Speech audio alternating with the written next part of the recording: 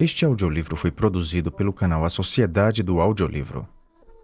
Narração de Youssef Barros.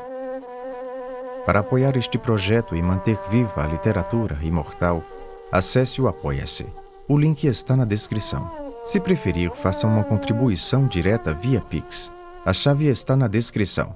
E o QR Code está visível agora na tela. Curta, comente e compartilhe este audiolivro com outros amantes da literatura. Seu apoio faz toda a diferença.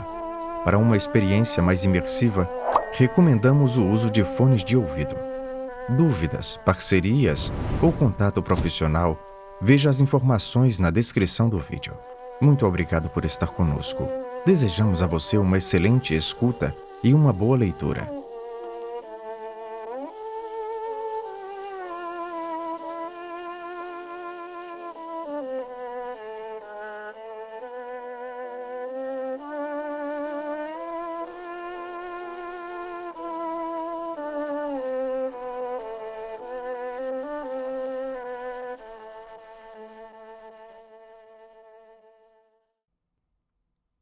Segunda parte. A imaginação popular, presumo, reagiu ativamente às nossas informações a respeito do início da excursão de Lake rumo a noroeste, em regiões jamais pisadas por seres humanos ou sequer vislumbradas pela imaginação do homem. Muito embora não fizéssemos menção de suas esperanças loucas de revolucionar toda a biologia e a geologia. A jornada preliminar de Lake entre 11 e 18 de janeiro, na companhia de Paboudi e de outros 5 homens, empanada pela perda de 2 cães num tombo, ao atravessarem uma das grandes cristas de gelo, havia produzido uma quantidade cada vez maior da ardósia arqueana. E até mesmo eu fiquei interessado pela singular profusão de evidentes marcas fósseis naquela camada inacreditavelmente antiga. Tais marcas, no entanto, eram de formas vivas do maior primitivismo, não envolvendo grande paradoxo, salvo o de que qualquer forma viva ocorresse em rochas tão indubitavelmente pré-cambrianas quanto aquelas pareciam ser.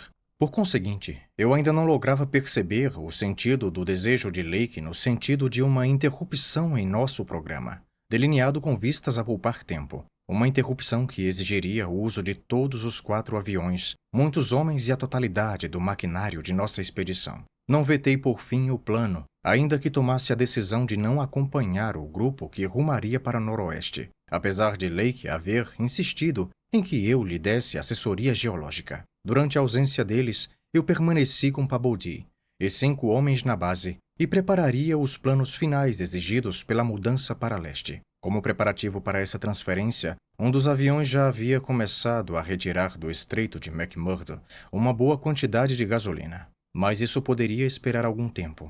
Mantive comigo um trenó e 9 cães, uma vez que convinha ter à disposição um meio de transporte no mundo inteiramente desabitado e vazio. A subexpedição de Lake ao ignoto, como todos recordarão, enviava seus próprios boletins pelos transmissores de ondas curtas instalados nos aviões. Tais transmissões eram simultaneamente captadas por nossa aparelhagem na base meridional e pelo Arkham, no estreito McMurdo, de onde eram passadas ao mundo em comprimentos de onda de até 50 metros. A partida se deu às 4 horas da manhã de 22 de janeiro, e a primeira mensagem que recebemos chegou 2 horas depois. Nela, Lake falava de haver pousado e iniciado uma pequena operação de degelo e perfuração, num ponto de cerca de 480 quilômetros de nós. 6 horas depois, uma segunda mensagem muito excitada dava conta da abertura e alargamento de um furo raso, culminando na descoberta de fragmentos de ardósia com várias marcas, aproximadamente iguais à que havia causado a perplexidade original. 3 horas depois, um breve boletim anunciou o reinício do voo, em meio a uma ventania brutal, e quando despachei uma mensagem em que protestava contra riscos desnecessários, Lake respondeu laconicamente, dizendo que suas 9 amostras faziam com que qualquer risco valesse a pena. Percebi que sua excitação havia chegado ao limite do boletim, e que eu nada podia fazer para impedir que ele pusesse em risco o sucesso de toda a expedição. No entanto, aturdia a imaginação pensar que ele estivesse mergulhando cada vez mais fundo naquela traiçoeira e sinistra imensidão branca de tempestades e mistérios desconhecidos que se estendia por cerca de 2.300 quilômetros em direção ao litoral, em parte conhecido, em parte pressentido, das terras da Rainha Mary e de Knox. Então, dentro de mais ou menos 1 hora e meia, chegou aquela mensagem duplamente empolgada, transmitida em voo do avião de Lake, e que quase modificou meus sentimentos e me fez desejar ter acompanhado o grupo. 22 horas 5 minutos. Em voo. Depois da tempestade, vimos cordilheira à frente, maior que qualquer outra conhecida, talvez igual ao Himalaia, abrindo margem para a altitude do Planalto. Latitude provável, 72 graus 5 minutos. Longitude, 113 graus 10 minutos. Estende-se para a direita e esquerda até onde se pode ver. Suspeitas, de 2 cones fumegantes. Todos os picos, mas ninguém se feriu e talvez possa ser consertado. Vou transferir o essencial para os outros 3, para o regresso ou novas excursões, se necessárias. Mas no momento não há necessidade de viagens em aviões pesados. As montanhas superam toda a imaginação. Vou fazer um reconhecimento no avião de Carroll, sem nenhum peso. Não podem imaginar nada semelhante. Os picos mais altos devem ter mais de 10.500 metros. O Everest não conta mais. Atwood vai calcular as alturas com o teodolito enquanto Carroll e eu subimos. Provavelmente houve engano com relação aos cones, pois as formações parecem estratificadas. Talvez ardósia pré-cambriana, com outras camadas misturadas. Efeitos curiosos no horizonte. Seções regulares de cubos suspensas nos picos mais altos. Tudo maravilhoso na luz vermelho-dourada do sol baixo. Como terra misteriosa num sonho, ou limiar de mundo proibido de maravilhas nunca vistas, gostaria que estivesse aqui para estudar. Ainda que tecnicamente fosse hora de estarmos dormindo, nenhum de nós que escutávamos pensou em recolher-se. Quase a mesma coisa devia estar ocorrendo no estreito McMurdo, onde o depósito de suprimentos e o Arkham estavam também captando as mensagens, pois o capitão Douglas emitiu uma mensagem dando os parabéns a todos pela importante descoberta. Sherman, o responsável pelo depósito, também expressou seu júbilo. Sentíamos naturalmente o acidente com um aeroplano, mas esperávamos que pudesse ser reparado facilmente. Então, às 11 da noite, chegou outra mensagem de Lake. Estou com Carroll sobre os contrafortes mais altos. Não nos atrevemos a entrar os picos realmente altos com este tempo, mas faremos isto depois. A subida foi muito difícil, e o voo é perigoso a esta altitude, mas vale a pena. A grande cordilheira é bastante maciça, e por isso nada vemos do outro lado. Os cumes maiores excedem o Himalaia. São muito esquisitos. As montanhas parecem ardósia pré-cambrianas, com sinais claros de muitas outras camadas soerguidas. Enganei-me quanto ao vulcanismo. Estende-se mais, nas duas direções, do que podemos ver. Nenhuma neve acima de 6.500 metros. Formações singulares nas encostas das montanhas mais elevadas. Grandes blocos baixos e quadrados, com lados exatamente verticais. E linhas retangulares de muralhas baixas e verticais, como os velhos castelos asiáticos, suspensos em montanhas íngremes nas pinturas de Roerich, imponentes à distância. Voamos perto de algumas e Carroll achou que eram formadas de partes menores separadas, mas provavelmente isso é imaginação. A maioria das arestas corroídas e arredondadas, como se expostas a tempestades e mudanças climáticas durante milhões de anos. Algumas partes, sobretudo as superiores, parecem de rochas mais claras que quaisquer camadas visíveis nas encostas propriamente ditas e, portanto, de evidente origem cristalina. Exames a menor distância mostram muitas bocas de cavernas, algumas de contornos bastante irregulares, quadrados ou semicirculares. Você deve vir investigar. Creio ter visto muralha bem no alto de um pico. A altura parece cerca de 9.000 a 10.500 metros. Estou a 6.500 metros, num frio diabólico e cortante. O vento-aço voa através de desfiladeiros, entrando e saindo de cavernas, mas nenhum perigo real para o voo até agora.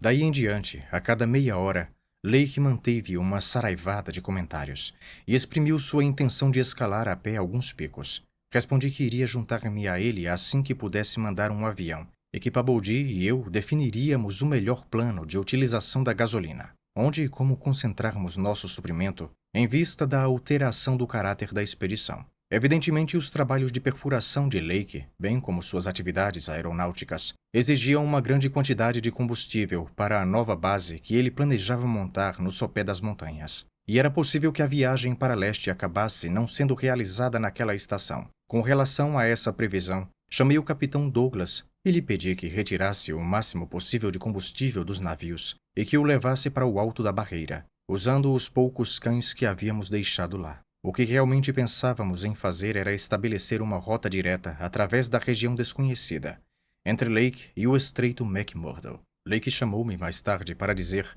que havia decidido instalar o acampamento no local onde o avião de Moulton fora obrigado a descer e onde o trabalho de reparo já estava em curso. A cobertura de gelo era muito fina, o solo escuro aparecia aqui e ali, e ele realizaria algumas perfurações e explosões ali mesmo antes de fazer qualquer viagem de trenó ou escaladas a pé. Falou da inefável majestade do cenário e sobre suas sensações por se ver ao abrigo de vastos e silenciosos pináculos, que se arremessavam para o alto como uma muralha que alcançasse o céu na borda do mundo. Utilizando o teodolito, Atwood havia calculado que os picos mais elevados ascendiam a uma altura de 9.000 a 10.200 metros. A natureza do terreno descalvado pelo vento claramente preocupava Lake, pois atestava a ocorrência ocasional de vendavais prodigiosos, mais violentos que todos quantos já havíamos encontrado. Seu acampamento situava-se a cerca de 8 quilômetros do ponto onde os contrafortes mais altos se elevavam abruptamente. Eu podia quase detectar um tom de alarme subconsciente em suas palavras, transmitidas através de um vazio glacial de 1.100 quilômetros, enquanto ele recomendava que explorássemos aquela região estranha e nova tão depressa quanto possível. Ele estava então para descansar, após um dia de trabalho sem paralelo, em termos de rapidez, exaustão e resultados. Pela manhã conversei pelo rádio, ao mesmo tempo com Lake e o capitão Douglas. Ficou acertado que um dos aviões de Lake viria à minha base para buscar Paboldie, os 5 homens e a mim próprio, bem como todo o combustível que pudesse carregar. A decisão quanto ao restante do combustível, a depender de nossa resolução quanto à viagem para leste, poderia ficar para depois, uma vez que por hora Lake dispunha do suficiente para aquecimento e para as perfurações. Mais adiante, a velha base a sul teria de ser restabelecida. Mas se protelássemos a viagem para leste, não teríamos de usá-la senão no verão seguinte. E nesse ínterim, Lake deveria mandar um avião explorar uma rota direta entre a nova cordilheira e o Estreito McMurdo. Paboldie e eu nos preparamos para fechar a base, por um período curto ou longo, como fosse o caso. Se invernássemos na Antártica, provavelmente iríamos de avião diretamente da base de Lake para Wacom, sem voltarmos àquele ponto. Algumas de nossas barracas cônicas já tinham sido reforçadas com blocos de neve endurecida, mas decidimos então completar o trabalho de construção de uma vila permanente. Devido ao generosíssimo suprimento de barracas, Lake tinha consigo tantas quantas sua base necessitaria, mesmo após nossa chegada. Informei pelo rádio que Paboldie e eu estaríamos prontos para a viagem rumo a noroeste, depois de um dia de trabalho e uma noite de repouso. Nossa labuta, no entanto, reduziu-se consideravelmente após as 4 horas da tarde, pois por volta disso Lake começou a enviar mensagens extraordinárias e excitadíssimas. Seu dia de trabalho havia principiado de modo pouco promissor, uma vez que o reconhecimento aéreo das superfícies de rocha quase afloradas revelou a absoluta ausência das camadas arqueanas e primevas que ele estava procurando e que constituíam parte tão substancial dos colossais picos que se erguiam a uma distância tantalizante do acampamento. Na maioria, as rochas avistadas eram, aparentemente, granitos jurássicos e comanchinos, bem como xistos permianos e triássicos. Vez por outra surgia um reluzente afloramento negro que sugeria um carvão duro e ardósico. Isso, de certa forma, desalentou Lake, cujos planos diziam respeito a desenterrar amostras que teriam mais de 500 milhões de anos que essas. Ficou-lhe claro que, a fim de recuperar o veio de ardósia arqueana, na qual ele havia localizado as marcas tão curiosas, teria de empreender uma longa jornada desde aqueles contrafortes até as encostas íngremes das próprias montanhas gigantescas. Ele resolvera, não obstante, efetuar algumas perfurações no local, como parte do programa geral da expedição. Por isso montou o equipamento e destacou 5 homens para operá-lo, enquanto os demais terminavam de montar o acampamento e reparar o avião danificado. A rocha, visível mais macia, um arenito a cerca de 1,5 quilômetros do acampamento, havia sido escolhida para a primeira amostragem, e a perfuratriz fazia excelente progresso sem muitas explosões suplementares. Foi mais ou menos 3 horas depois, após a primeira dinamitação realmente forte da operação, que se ouviram os gritos da turma de perfuração. E foi também então que o jovem Gidney que atuava como supervisor do trabalho, entrou correndo no acampamento trazendo as notícias espantosas. Haviam dado com uma caverna. No começo da perfuração, o arenito tinha dado lugar a um veio de calcário comanchiano, onde abundavam minúsculos fósseis, cefatópodes, corais, equine e espirífera, além de indícios ocasionais de esponjas silicosas e ossos de vertebrados marinhos, sendo estes últimos provavelmente teleósteos, tubarões e ganoides. Por si só, isso já era bastante significativo, por proporcionar os primeiros vertebrados fósseis que a expedição havia coletado. No entanto, quando logo depois a broca penetrou mais fundo na camada e deu sinal de estar operando no vazio, espalhou-se entre os escavadores uma redobrada excitação. Uma explosão de força considerável havia exposto o segredo subterrâneo. E agora, através de uma abertura denteada, com cerca de 1,5 metros de largura e 90 centímetros de espessura, escancarava-se diante dos pesquisadores um buraco na delgada camada calcária, aberto havia mais de 50 milhões de anos pelo escoamento das áreas superficiais de um extinto mundo tropical. A camada oca não teria mais de 2 metros ou 2,5 metros de profundidade, mas se estendia indefinidamente em todas as direções e dela emanava uma fresca e leve corrente de ar que levava a crer que a cavernosidade fazia parte de um amplo sistema subterrâneo. Tanto o teto como o piso apresentavam abundância de grandes estalagmites e moluscos, crustáceos de carapaça, peixes, anfíbios, répteis, aves e primitivos mamíferos, grandes e pequenos, conhecidos e desconhecidos. Não era de admirar que Gedney voltasse correndo para o acampamento aos gritos, nem também que todos deixassem o trabalho e se precipitassem em meio ao frio cortante para o ponto em que a alta torre de perfuração assinalava um recém-descoberto acesso a segredos do interior do planeta e de eras imemoriais. Depois que Lake satisfez sua impetuosa curiosidade inicial, garatujou uma mensagem em sua caderneta e fez com que o jovem Moulton corresse ao acampamento a fim de transmiti-la pelo rádio. Foi essa a primeira notícia que tive da descoberta, dando conta da identificação de conchas, ossos de glanoides e placodermos, tudo isso antiquíssimo, de resquícios de labirintodontos e tecodontes, fragmentos de crânios de grandes mosassauros, vértebras e placas de couraça de dinossauros, dentes e ossos de asas de pterodátilos, restos de Archaeopteryx, dentes de tubarões miocênicos, crânios de aves primitivas, além de outros ossos de mamíferos arcaicos como paleópteros, chifodontes, erripes, oreodontes e titanotérios. Não havia ali nada recente como um mastodonte, elefante, camelo verdadeiro, veado ou bovino.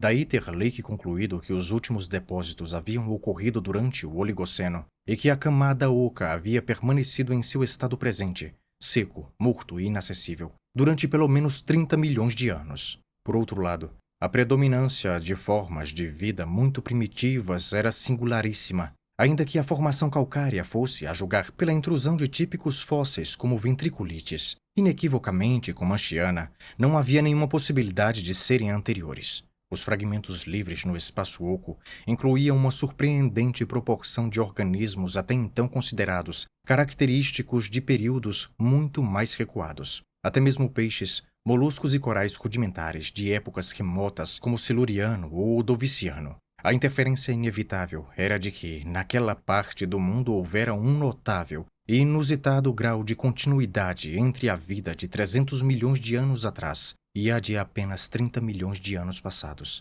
Não havia naturalmente nenhuma possibilidade de se estimar até quando essa continuidade se estendera até além do Oligoceno, quando a caverna tinha sido fechada. De qualquer forma, o advento dos terríveis gelos do Pleistoceno, há cerca de 500 mil anos, um simples ontem em comparação com a idade daquela cavidade, devia ter dado fim a todas as formas primevas que naquele local haviam logrado sobreviver.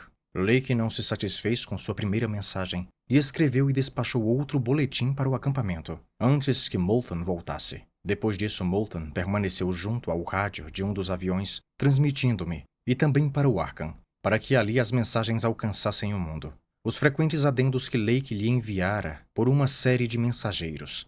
Quem acompanhou os jornais há de recordar a comoção causada entre os homens de ciência pelos boletins daquela tarde. Os boletins que levaram, depois de tantos anos, a organização da própria expedição Starkweathermore. Que anseio tanto dissuadir de seus propósitos. Creio ser conveniente transcrever as mensagens literalmente, tal como Lake as enviou e como MacTaggart O operador de nossa base as traduziu das notas taquigráficas.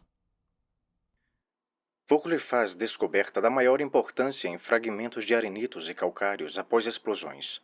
Várias impressões estriadas triangulares diferentes, como as da ardósia arqueana, provando que sua fonte sobreviveu de mais de 600 milhões de anos atrás, até os tempos comanchianos sem mais que alterações morfológicas moderadas e sem diminuição do tamanho médio, sendo as impressões comanchianas aparentemente mais primitivas ou decadentes do que as mais antigas. Salientar a importância da descoberta pela imprensa significará para a biologia o que Einstein significou para a matemática e a física. Complementa meu trabalho anterior e amplia as conclusões. Parece indicar, como eu suspeitava, que a Terra conheceu todo um ciclo ou ciclos de vida orgânica antes do conhecido, que começa com células arqueozoicas, evoluiu e se especializou há não menos de 1 bilhão de anos, quando o planeta era jovem e até pouco antes inabitável por qualquer forma de vida de estrutura protoplásmica normal. Resta saber quando, onde e como ocorreu o desenvolvimento. Mais tarde, examinando certos fragmentos ósseos de grandes sáurios terrestres e marinhos e de mamíferos primitivos, encontro singulares contusões ou lesões não imputáveis a qualquer animal predador ou carnívoro de qualquer período. 2 tipos: furos retos penetrantes e incisões aparentemente cortantes. 1 ou 2 casos de ossos partidos sem denteamento. Não muitos espécimes afetados. Vou mandar buscar lanternas elétricas no acampamento. Vou ampliar a área subterrânea de exploração, quebrando as estalactites. Mais tarde ainda, localizamos um curioso fragmento de esteatita, com cerca de 15 centímetros de largura e 4 centímetros de espessura, inteiramente diferente de qualquer formação local visível. Esverdeada, mas sem nada que possa indicar seu período. Lisura e irregularidade curiosas. Tem forma de estrela de 5 pontas, com ápices quebrados e sinais de outra clivagem em ângulos voltados para o interior e no centro da superfície. Depressão pequena e lisa no meio da superfície. Desperta muita curiosidade com relação à origem e desgaste. Provavelmente produzido pela ação hidráulica. Carroll, com a lupa, julga poder ver marcas adicionais de importância geológica. Grupos de pontinhos minúsculos formando desenhos regulares. Os cães se tornam intranquilos enquanto trabalhamos e parecem odiar essa esteática. Precisamos verificar se ela tem algum cheiro especial. Volto a me comunicar quando Mills voltar com a luz e começarmos no subterrâneo. 22 horas e 15 minutos. Descoberta importante. Trabalhando lá embaixo a partir das 9 horas e 40 minutos com luz, Orendorff e Watkins encontraram um monstruoso fóssil em forma de barril, de natureza inteiramente desconhecida, provavelmente vegetal, salvo se for espécime de irradiado marinho desconhecido que cresceu exageradamente. Tecidos evidentemente preservados por sais minerais, duro como couro, mas em certos pontos conserva espantosa flexibilidade. Marcas de partes quebradas nas extremidades e em torno dos lados. 1,90 m de ponta a ponta, 1 m de diâmetro central, reproduzindo-se a 30 centímetros em cada extremidade. Parece um barril com 5 rugas salientes em lugar de aduelas. Fraturas laterais, como que de hastes delgadas no equador, no meio dessas rugas. Em sulcos entre as rugas, há apêndices curiosos, cristas ou asas que se dobram e desdobram como leques, todos severamente lesados menos um, que tem uma envergadura de cerca de 2 metros. A disposição lembra certos monstros de mitos antigos, principalmente os fabulosos seres antigos do Necronômico. As asas parecem membranosas, estendidas numa estrutura de tubulação glandular. Minúsculos orifícios visíveis na tubulação da ponta das asas, extremidades do corpo murchas, não dando indicação do interior ou do que se quebrou ali. Vamos dissecar quando voltarmos ao acampamento. Não chego à conclusão quanto a ser vegetal ou animal. Muitas características são, obviamente, de um primitivismo quase inacreditável. Coloquei todo o pessoal quebrando estalactites e procurando outros espécimes. Encontramos outros ossos lesados, mas terão de esperar. Problemas com os cães. Não suportam um novo espécime e provavelmente o dilacerariam se não os mantivéssemos afastados. 11 horas e 30 minutos. Atenção, Dyer, Paboldi e Douglas. Questão de máxima, eu diria transcendental importância. O Wacom deve comunicar-se com a estação de Kingsport Head imediatamente. Foi o estranho ser arqueano com forma de barril que deixou as impressões nas rochas. Miles, Boudreau e Fowler descobriram um grupo de outros 13 num ponto a 12 metros da abertura do subterrâneo, misturados sem fragmentos de esteatita curiosamente arredondados, menores que o localizado anteriormente, com forma de estrela, mas sem sinal de fratura, exceto em algumas pontas. Entre todos os espécimes orgânicos, 8 aparentemente perfeitos, com todos os apêndices, trouxeram todos para a superfície, levando os cães para longe. Não suportam as coisas. Prestem atenção na descrição e repitam para garantir exatidão. Os jornais devem receber informações corretas. Os objetos têm 2,40 metros de ponta a ponta. Torso em forma de barril, com 1,80 m. 1 metro de diâmetro central. 30 centímetros de diâmetro nas extremidades. Cinza escuros, flexíveis e infinitamente duros. Asas membranosas de 2,10 metros, da mesma cor. Encontradas dobradas, nascendo de sulcos entre as rugas. Estrutura das asas tubular ou glandular, de um cinza mais claro, com orifício nas extremidades das asas. Quando abertas, as asas apresentam serrilhamento nas bordas, em torno do equador, cada qual no ápice central de cada uma das 5 rugas verticais semelhantes a duelas. Ficam 5 sistemas de braços ou tentáculos flexíveis e cinza claros, encontrados comprimidos fortemente contra o torso, mas capazes de se estender a um comprimento total de quase 1 metro, semelhante a braços de crinoide primitivo. Os pedúnculos, com 8 centímetros de diâmetro, dividem-se após 25 centímetros em 5 subpedúnculos, cada um dos quais subdividem-se, depois de 30 centímetros, em pequenos tentáculos ou gavinhas cônicas, dando a cada pedúnculo um total de 25 tentáculos. No alto do torso, pescoço curto e bulboso, de um cinzento mais claro, com insinuações de guelras ou coisa semelhante. Sustenta o que seria uma cabeça, em forma de estrela do mar amarelada, coberta por cílios de 8 centímetros e várias cores prismáticas. Cabeça grossa e fofa, com cerca de 60 centímetros de ponta a ponta, com tubos amarelados e flexíveis, que lembram dentes, provavelmente bocas. Todos estes tubos, cílios e pontas da cabeça estrelada foram encontrados comprimidos fortemente para baixo. Os tubos e as pontas pendem sobre o pescoço bulboso e o torso. Flexibilidade surpreendente, apesar da enorme dureza.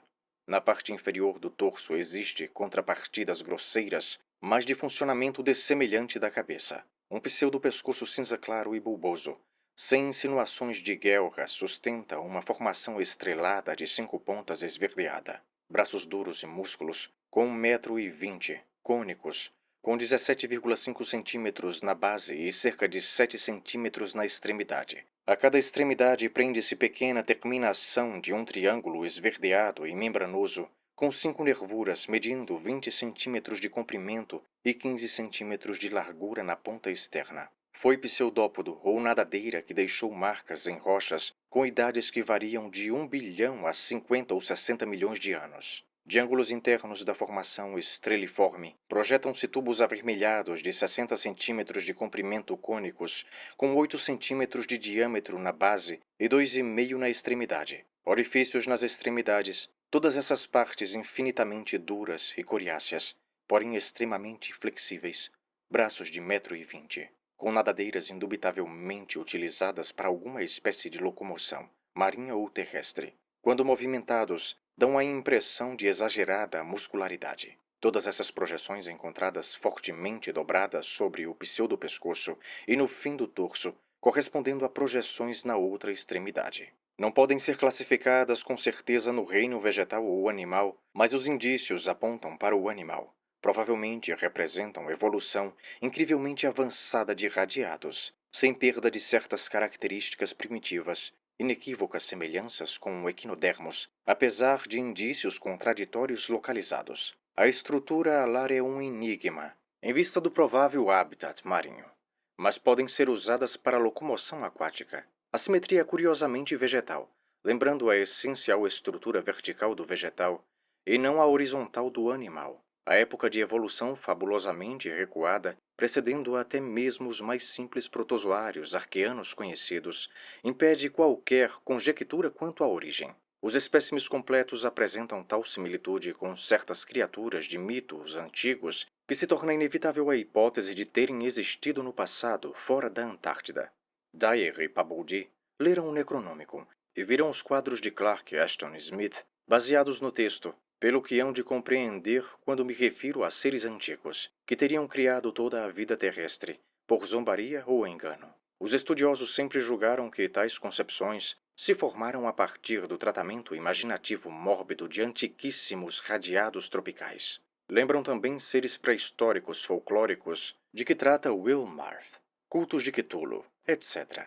Abre-se vasto campo de estudo. Os depósitos datam provavelmente do fim do Cretáceo ou princípio do Eoceno. A julgar por amostras associadas, enormes estalagmites depositadas sobre eles. A dissecção é trabalhosa, mas a dureza impediu dano. Miraculoso o estado de preservação, devido evidentemente à ação dos calcários. Não foram encontrados outros até agora, mas retomaremos o trabalho mais tarde. O problema agora será transportar 14 gigantescos espécimes para o acampamento sem utilizar os cães, que latem furiosamente e não poderão chegar perto deles. Com 9 homens, 3 vão ficar para cuidar dos cães. Deveremos manobrar os trenós bem, embora o vento esteja forte. É preciso estabelecer comunicação aérea com o estreito McMurdo e começar a transportar material. Mas tenho de dissecar um desses seres antes de poder descansar. Gostaria de ter um verdadeiro laboratório aqui. Convém Dyer se autoflagelar por haver tentado impedir minha viagem rumo a noroeste. Primeiro as maiores montanhas do mundo, e depois isso. Se este não é o ponto alto da expedição, não sei qual será. Estamos feitos para a ciência. Parabéns, Paboldi, pela perfuratriz que abriu a caverna. Por favor, Arkan, repita a descrição. As sensações de Paboldi e minhas ao recebermos esse relatório foram quase indescritíveis. Tampouco nossos companheiros ficaram muito atrás em seu entusiasmo. MacTague, que havia apressadamente traduzido alguns pontos mais importantes à medida que saíam do receptor, transcrevo toda a mensagem a partir de sua versão taquigráfica, assim que o operador de Lake encerrou a transmissão. Todos perceberam o significado momentoso da descoberta e enviei congratulações a Lake assim que o operador do Akan acabou de repetir as partes descritivas como solicitado. E meu exemplo foi seguido por Sherman, de sua estação no depósito de suprimentos no estreito McMurdo, assim como pelo capitão Douglas do Arkham. Mais tarde, como chefe da expedição, acrescentei algumas observações que deveriam ser transmitidas do Akan para todo o mundo. Naturalmente, era absurdo pensar em repouso em meio a tanta comoção. E meu único desejo era chegar ao acampamento de Lake assim que possível. Fiquei decepcionado quando ele avisou que um intenso vendaval tornava impossível o transporte aéreo. No entanto, dentro de hora e meia voltou a crescer o interesse, banindo o desapontamento. Através de novas mensagens, Lake falava do transporte inteiramente bem-sucedido dos 14 grandes espécimes para o acampamento. Tinha sido difícil, pois as coisas eram surpreendentemente pesadas. No entanto, 9 homens haviam conseguido vencer o desafio. Agora, alguns integrantes do grupo estavam construindo apressadamente um curral com blocos de neve, a uma distância segura do acampamento, ao qual os cães poderiam ser levados para maior facilidade de alimentação. Os espécimes tinham sido colocados sobre a neve dura, menos um no qual Lake fazia grosseiras tentativas de dissecação. Tal dissecação parecia constituir tarefa mais dificultosa do que o previsto, pois apesar do calor proporcionado por um fogão a gasolina na recém-montada barraca que fazia às vezes de laboratório, os tecidos enganosamente flexíveis do espécime escolhido, forte e intacto, não perderam nada de sua dureza, mais que coriácea. Lake não imaginava meio de fazer as incisões necessárias sem usar de violência suficientemente destrutiva para perturbar todas as sutilezas estruturais que estava procurando. Dispunha, na verdade, de outros 7 espécimes perfeitos, mas era um número muito pequeno para que fossem usados sem cautela, a menos que a caverna viesse a proporcionar mais tarde uma quantidade ilimitada. Por conseguinte, ele removeu o espécime e trouxe um outro que, ainda que apresentasse restos das configurações estreliformes em ambas as extremidades, achava-se bastante esmagado e parcialmente danificado ao longo de um dos sulcos do enorme tronco. Os resultados, incontinentes transmitidos pelo rádio, causaram realmente perplexidade e espanto. Não era possível delicadeza ou precisão com instrumentos que mal conseguiam cortar os tecidos anômalos, mas o pouco que se conseguiu deixou-nos a todos aturdidos. A biologia teria de ser radicalmente revista, pois aquele ser não era produto de nenhum desenvolvimento celular que a ciência conheça. Não houvera praticamente nenhuma substituição mineral e, apesar da idade, de talvez 40 milhões de anos, os órgãos internos estavam íntegros. A qualidade coriácea, infungível e quase indestrutível, era um atributo inerente da organização da criatura e pertencia a algum ciclo palco-arcaico de evolução invertebrada inteiramente fora de nossas faculdades especulativas. A princípio, tudo quanto Lake encontrou era seco, mas à medida que a barraca aquecida produzia seu efeito degelante, encontrou-se umidade orgânica, de odor acre e fétido no lado não lesionado da coisa. Não se tratava de sangue, e sim de um fluido denso e verde escuro que aparentemente atendia à mesma finalidade. Quando Lake chegou a esse estágio, já todos os 37 cães tinham sido conduzidos ao curral ainda inconcluso perto do acampamento, mas mesmo àquela distância puseram-se a latir loucamente e a demonstrar inquietude devido ao cheiro penetrante. Longe de ajudar na classificação do estranho ente, aquele arremedo de dissecação só serviu para aprofundar o mistério. Todos os palpites com relação a seus membros externos tinham sido corretos, e com base nisso não havia como evitar considerar aquele ser um animal. No entanto, a inspeção interna produziu tantos indícios de vegetalidade que Lake ficou inapelavelmente perdido. A criatura tinha digestão e circulação e eliminava detritos orgânicos pelos tubos avermelhados de sua base estreliforme. Superficialmente poder-se-ia dizer que o aparelho respiratório lidava com oxigênio e não com dióxido de carbono. E havia curiosas evidências de câmaras de armazenamento de ar e métodos de transferir a respiração plenamente desenvolvidos, guelras e poros. Tratava-se claramente de um anfíbio, provavelmente adaptado a longos períodos de hibernação sem ar. Parecia existir órgãos vocais ligados ao principal sistema respiratório, mas apresentavam anomalias que desafiavam solução imediata. Fala articulada no sentido de emissão de sílabas parecia ser quase inimaginável, mas notas musicais flauteadas, cobrindo um amplo registro, eram altamente prováveis. O sistema muscular era quase prematuramente desenvolvido.